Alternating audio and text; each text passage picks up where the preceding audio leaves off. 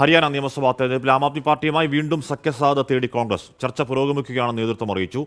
ജുലാനയിലെ കോൺഗ്രസ് സ്ഥാനാർത്ഥിയായ ഗുസ്തി താരം വിനേഷ് ഫോഗട്ട് പ്രചരണത്തിലേക്ക് കടന്നു. പ്രധാനമന്ത്രി നരേന്ദ്രമോദി ഈ മാസം 14 ജമ്മു കശ്മീർ സന്ദർശിക്കും. ഹരിയാന നിയമസഭാ തെരഞ്ഞെടുപ്പിൽ സംസ്ഥാന നേതാക്കളുടെ എതിർപ്പ് മറികടന്നും ആം ആദ്മി പാർട്ടിയുമായുള്ള സഖ്യസാധ്യത തേടുകയാണ് കോൺഗ്രസ് ദേശീയ നേതൃത്വം. സീറ്റ് വിഭജനവുമായി ബന്ധപ്പെട്ട് ഇതുവരെ നടത്തിയ ചർച്ചകളെല്ലാം പരാജയപ്പെട്ടു. ആം ആദ്മി പാർട്ടിക്ക് 7 സീറ്റാണ് കോൺഗ്രസ് വാഗ്ദാനം ചെയ്തത്. കൂടുതൽ സീറ്റുകൾ വേണമെന്ന ആവശ്യത്തിൽ ഉറച്ചു നിൽക്കുകയാണ് ആം ആദ്മി പാർട്ടി. ചർച്ച പരാജയപ്പെട്ടാൽ 50 സീറ്റുകളിൽ സ്ഥാനാർത്ഥികളെ നിർത്താനാണ് ആം ആദ്മി പാർട്ടി തയ്യാറെടുക്കുന്നത്.